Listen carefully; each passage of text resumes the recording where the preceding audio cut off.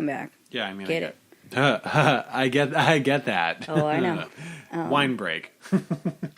They actually, like I said, they teach her book at the college. Really? Yeah, which is cool. I think it's pretty rad. Because they feel like it's demonic in nature and it's a Catholic university? I don't know why they do it. I just think it's really cool that they do. Yeah, that is super cool. The weirder thing too, like, and this is pretty cool. Supposedly, now here's where everything always gets a little bit dodgy because I don't know for sure, but it was supposedly the first sanctioned live exorcism sanctioned by the church, meaning they filmed it. There's documentation of it, and they're now trying to actually find the people that own it currently are trying to find the documentation of them trying to exorcise the house. Yeah. Huh. Here's my thought on that. So the people who own the house now are trying to find the footage of it. Correct. I mean, good luck with that because that footage belongs to the Catholic Church, right? They think they may have found it in Georgia. I just don't see the Catholic Church being super helpful and compliant, you know? So one of the breaking points for them, besides the people peering in from the outside and then also then from the inside, was coming back home, hearing what they said was scratching and some sort of weird noise inside of the crawl space. Opening the door after struggling with it, and all of the bricks from the wall were placed very nicely in the middle of the room. So they have been completely moved. No one had gone in there, and they had all left together like earlier in the day. And of course it's the crawl space, right? Of course it's the crawl space, which, going back to the possibility of it being like a way station kind of thought, if that innkeeper story is true, where they were murdering people, that's where they were putting them. They'd noticed since they moved in that a lot of bees were in the house, specifically in one room.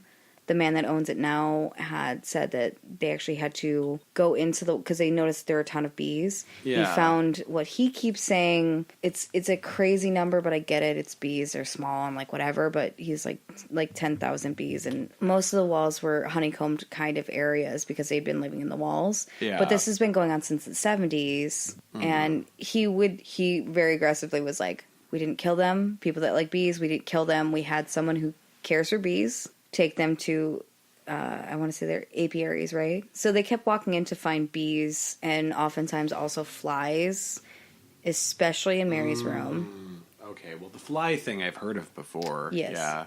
Like I said, the new owner had to break open the walls and, get rid of the bees and put them in somewhere safe away from humans. Well, like, the whole thing with the flies, wasn't that part of the Exorcist. The Amityville haunting? Well, there's that supposedly, and also The Exorcist, which it's based off of, well, it's based off of a true Emily story. Rose, right, or something? Well, there's The Exorcism of Emily Rose, which is based off of a story about a German girl. But The Exorcist is based actually off of a boy, and the real story behind that is horrifying. The two sons, no, the son Mike was in the forest just exploring with two friends that he had met, and they saw what they said was a, quote, tall teenage boy walking past with a gun. They had followed him and he completely disappeared. They heard noise from what generally is a campground and then had heard chanting. They went and looked. No chanting. The boy also heard an axe hitting wood and then a woman screaming. They continuously saw a woman with stringy hair by the window. When they found the bricks piled in the crawl space where they heard the scratching, all of the lights in the room they were in went out and they weren't able to turn them back on. All of the other lights in the house were completely on. Hard pass. At some point in time, the son had said to his mother that they had to do something. And at this point in time, it's said that he had gotten into a car accident. And unfortunately, it injured his spleen. And he had some internal damages. And he was in a coma for a while. But before he had come out of the coma, a police officer had come up to his mother and his father and said that he kept saying he wasn't alone in the car, even though there was no evidence of having a passenger in the car. That's horrifying. Mm-hmm. Father Alphonsus came to the house to exorcise the house as its own entity, not specifically any of the kids. Well, yeah, no, because it was, on the house. Correct. Can we call Father Alphonsus Fonzie? A. Hey!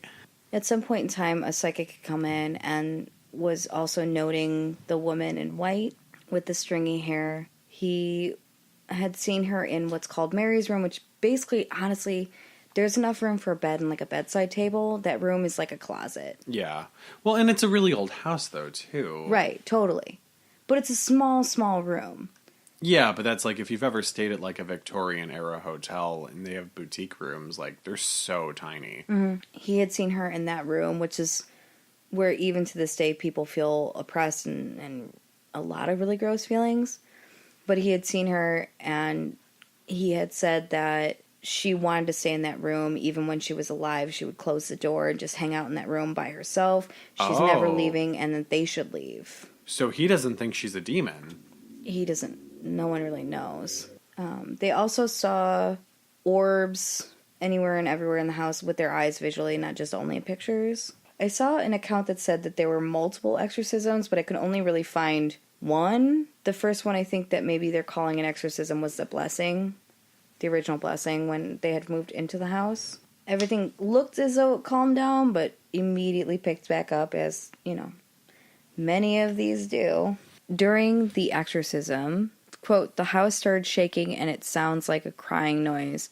A screaming noise came out of the windows. They apparently had cameras set up outside of the house as well as inside of the house. Mm-hmm. And a window had broken right before a screaming noise came out that they couldn't hear on the inside. So it was almost like the house was screaming. They eventually decided that they needed to move out after everything that was happening. And their daughter, Laura, absolutely panicking because something was affecting her very deeply. Yeah, well, once your house screams and the windows start to explode, maybe you move. Yeah. Fact. The thing, it's really unfortunate, too, because when I was watching something, they were like, well, how many of the Dandy members are still existent? And this was I think it was 2 years ago. Yeah. And they had said that 5 of them are existent. And Laura, the one that was being affected in the house, had taken her own life at some point in time. And they weren't sure if it was because of this or not. Oh, but it's also not the world's responsibility to go delving into it because it's her and her family's business and not the world's business. A friend of theirs also had ended up staying with them. A friend, rather, of the younger kids. Had stayed with them for about a year, and he had also written a book. He went in the same way that most people do, where he didn't really believe anything was going on, and he visually saw a lot of the things that were happening.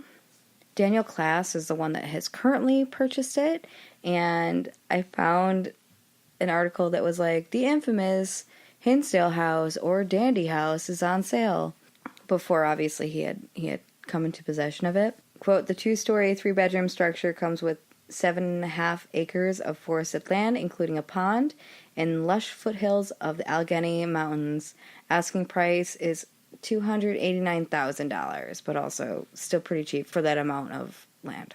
He owns it right now. He's actually restoring it as well, so if you guys get froggy, then donate to it, because he's doing some cool stuff. He's fulfilling the dream that one of the prior owners' family members had said that she wanted for the property. Yeah, that's really cool. Right. But in addition to that, he also is the co-founder of the Greater WNY Paranormal Society. He's written a lot of books. He leaves the property open. You can book it for private tours. And I think the last thing I saw was you'd have to have 6 people in your party to come and investigate. Obviously, there's a cost to do so, but he generally stays on the property to do that. He does tours and stuff like that throughout the house, and he's been trying to compile historically and factually based reasonings for why these things are happening, as well as anytime anyone has an experience in the house, he will catalog it and keep it to see if they can verify it through other paranormal investigators as well as historical bases. So what you're saying is we've just added another field trip to our list. Oh no, I'm already in it, but I'm very nervous about it, to be honest. Really? Yeah. You're scared of this place? I think so. A friend of the Dandies had said that they would call him the Ghost Chaser, because they would say, oh, look, all of this problem is happening. And then whenever he was there, like, nothing really would happen. Yeah. He goes, but he does remember walking into a bedroom in the middle of August and seeing his breath. He also said that when he thought people were on his land, the son and he had gotten into the car and had gone to see who was there. And he watched there was a depression in the back seat as though someone was sitting there. People that visit now hear the chanting from the woods. They also hear banging in the walls, and almost all of them feel an overwhelming sense of confusion. People have seen the little boy wander around the pond that replaced the barn that he had died in. They also have seen what they expect is the brother in denim jeans and a plaid shirt walking through the forest. Someone said they took a picture and an orb had appeared in it, but it was stretched in a way that looked like a chief's face. I haven't seen this picture anywhere, but I'm interested to know about it. People that go on tours will often come in with full batteries, and after about 10 minutes, the batteries are completely drained. Or set up cameras, and the cameras will shut off, and all of the battery power will be drained out of that as well. One of the tour guides, who is another paranormal investigator, had gone inside of the house and heard what sounded like hundreds of footsteps upstairs. She had decided to go outside for a cigarette. And then when she was leaving, something had come to the doorway, and she said that it said to get out. So then you get out. Mm-hmm. Yeah. Tourgoers that go sometimes bring what are considered trigger objects, so something with some sort of spiritual connection with ghosts or the other side. Makes sense. One of them had brought a doll. During another investigation, a different doll had changed locations in the house. Same woman had seen it inside of Mary's room on a shelf. Had walked away. She was the only one in the house. Had come back up into the upstairs where Mary's room is, and it was sitting in the doorway. She also brought her 36-year-old son to come and visit the house. She didn't share the story with the house or any of the grounds because he is autistic and has trouble processing some of the information, and she didn't want to scare him. He sat in what used to be the room of Laura Dandy, the one that unfortunately had taken her life, and he started describing Laura to his mother and what she looked like, and having pictures of when she was younger. It was spot on match. A few days later, she said that her son had looked at her. His dad was standing outside by the fire, and he said, quote, "An angry Indian man is staring at Daddy." He had no idea about anything that was happening. Sometimes people take pictures where something doesn't really look right, and it could be that it's the wrong season for things to be very flush and lush. So there's a lot more color than should be in the pictures. Specifically, one man had said that a stepping stone that was near the hanging tree, the photo that he had taken near there had a woman's face coming out of the middle of the stone. She had long black hair and what he said, quote, were devilish-looking eyes. To her upper right in the same photo was another woman whose face appeared to be pushed into the side of the stone, and she was in what he said was agony. And then there were several faces behind there that he kept calling individuals. And it was right by the tree that supposedly that woman was hanged earlier, and a number of other humans. I'd be really interested to see that. They think that she might be the white lady that is sometimes seen walking through the house. The one with the devilish eyes? One. Oh, okay.